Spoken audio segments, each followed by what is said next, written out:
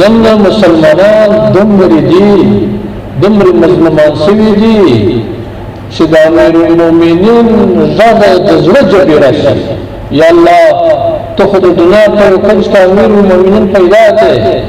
نن مسلمانان په څومره ظلم کې دي په څومره وحشت کې دي تاسو وینئ نن د مسلمانانو نسل کشي روانه ده یعنی د دې د ښځو د دې د ماشومانو د دې د ځوانانو د دې د قدرمندو شخصیتونو د ټولو دپاره ټوله دنیا یو موټی سوې ده کفري دنیا چې ختم کې چیرې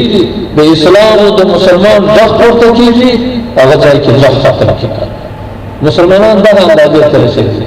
نن مسلمان خپل اسلام نشي ښکاره کولی نن مسلمان